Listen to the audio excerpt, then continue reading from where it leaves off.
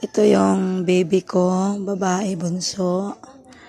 Siya ay nalunod siya sa aming ilog sa likod.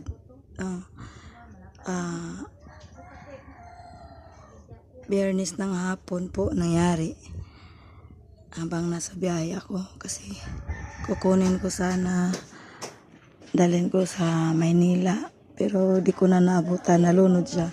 Siya ay 1 year and 5 months. So, iyak man ako, wala na talaga siya. Hanggang iyak na lang. Tsaka, ito yung mga, ano niya, nung nabubuhay pa siya, yung mga damit niya. Tapos ito, libre na to. Binigay sa gobyerno kasi wala siya tatay. Itong mga kortina na to, pinapahiram